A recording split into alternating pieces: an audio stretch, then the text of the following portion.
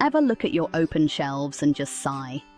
You've bought all the cute bits, vases, plants, family photos, but somehow it still looks, well, a right mess.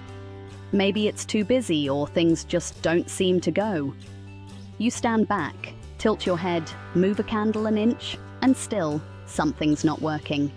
It can make anyone want to shove everything in a cupboard and call it a day. You're not alone. Loads of us struggle with open shelves. We see perfect ones on Instagram, but at home it's chaos. The shelf might look overcrowded, or everything's lined up like soldiers. Sometimes it's just a jumble of colors and knickknacks. It's easy to feel stuck, especially when you don't know where to start. The good news? There are secrets the pros use. Interior designers have simple rules to follow.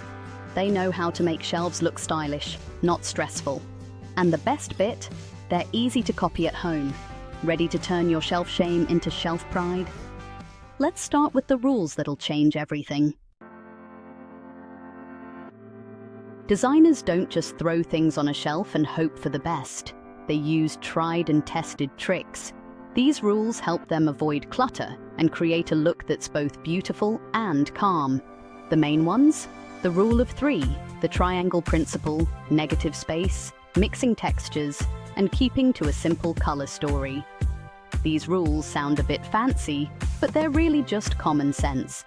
They work in any room, kitchen, living room, or even the hall. Once you know them, you'll spot them everywhere. Suddenly, those perfect shelves in magazines make sense. The rule of 3 means grouping things in odd numbers. The triangle principle helps your eye move around the display. Negative space is about leaving gaps, so things don't feel crammed. Mixing textures keeps it interesting, and a color story stops everything from clashing. We'll break down each rule, step by step. By the end, you'll be styling shelves like a designer. No degree or fancy budget needed. Let's start with the rule of 3. It's one of the easiest tricks in the book. Designers love odd numbers, especially 3s. 3 items together just look better than 2 or 4. There's something pleasing about it. Your eye finds it more balanced, even though it sounds a bit odd, pun intended. Try this. Place 3 things together: a book, a plant, and a candle. Notice how it feels more natural than pairs or big groups. The rule isn't strict. You can use 5 or 7 for larger shelves, but keep it odd, and it'll always look more interesting. This rule works with anything: mugs, photo frames, little bowls. Mix up the heights and shapes. For example, a tall vase next to a medium plant and a short trinket. That way, it doesn't look too matchy-matchy. Don't believe me? Next time you see a shelf that looks fab, count the items in each group. Bet you'll spot a 3, 5, or 7. Now for the triangle principle. This sounds technical, but it's actually dead simple. Imagine drawing a triangle with your eyes. 1 tall thing, 1 medium, and 1 short. This shape leads your gaze up and down, so the shelf feels lively, not flat. Place your tallest item at the back. Then put a medium-sized thing off to one side. Add a smaller bit in front. Step back and look. See how your eye bounces around? That's the triangle working its magic. Designers use this trick all the time. It stops the shelf looking like a straight line of bits and bobs. Instead, it adds depth and movement. You get that lovely designed look, even if you've just used what's lying around the house. Don't stress if your triangle isn't perfect. It's more about the idea than the measuring tape. Play around until it feels right. Like making a cuppa. Everyone does it differently, but you'll know when it tastes or looks just right.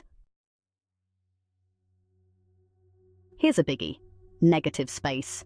It's just a posh way of saying, don't fill every inch. Shelves need a bit of breathing room.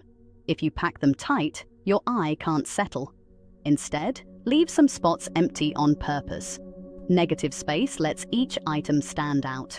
Think about a gallery. There's always space between the art. Your shelves deserve the same treatment. It might feel strange at first. We're used to filling gaps. But trust me, less is more. Try taking 1 or 2 things off your shelf. Straight away, it feels calmer. A few empty inches between groups make everything pop. If your shelf looks busy, remove a couple of bits and see the difference. Letting your shelves breathe also makes them easier to clean.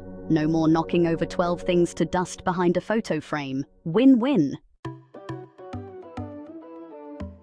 Now for the fun part, mixing textures. This is where your personality really shines, you know?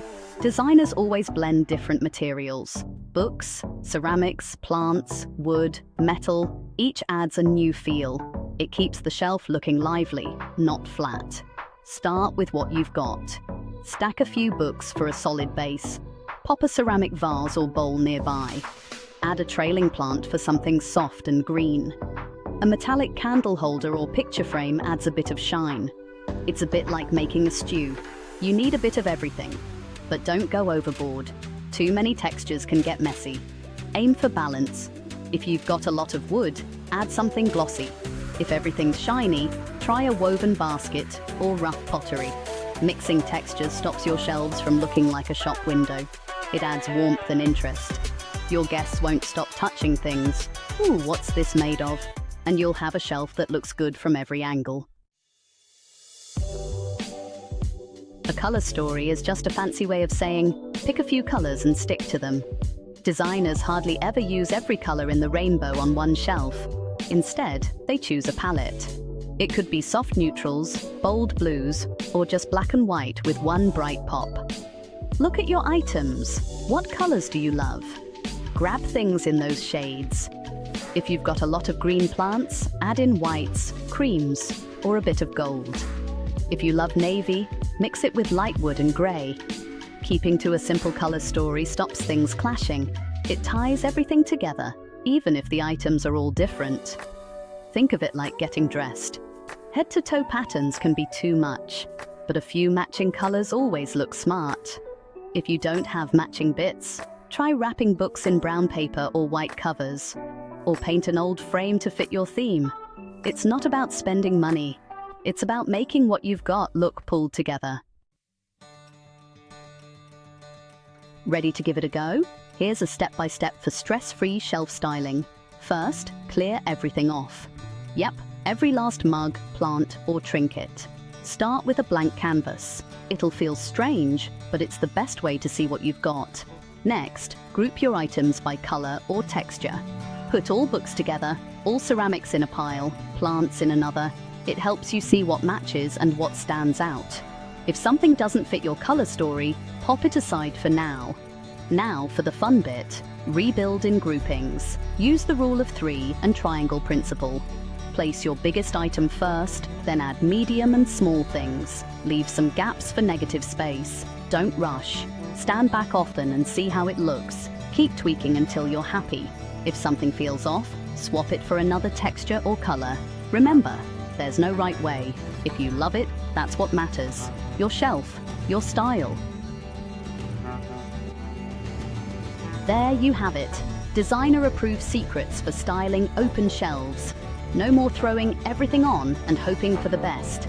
You know how to group in threes, build a triangle, leave space, mix textures, and stick to a simple color story.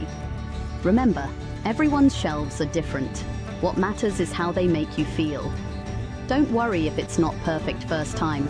The best shelves change with the seasons and your mood. Try swapping things around now and then. It keeps things fresh. If you ever get stuck, just go back to basics. Clear, group, rebuild.